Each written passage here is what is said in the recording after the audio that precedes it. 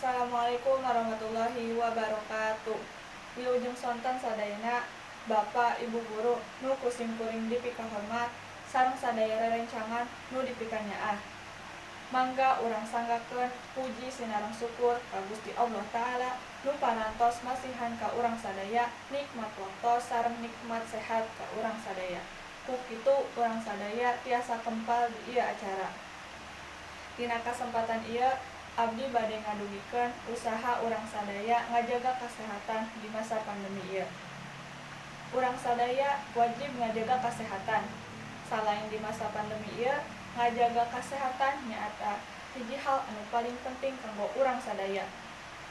Ucara naon urang sadaya ngajaga kesehatan nyaeta urang sadaya tiasa ngonsumsi opat sehat 5 sampurna sapertos ngaemah buah, sayur, daging, sangu, sareng ngaemmu susu. Salain ngonsumsi opat sehat 5 sampurna, urang sadaya tiasa ngajaga kesehatan ku olahraga sareng make masker lamun kaluar bumi sareng patuh kana protokol kesehatan. Usaha tadi tiasa ngajaga imun urang sadaya tetep sae sareng terhindar tina virus COVID-19. Cekap sakitu kusim kuring dugikeun hapunten bilih aya kecap anu kurang marenah. Hatur nuhun kana perhatosanana.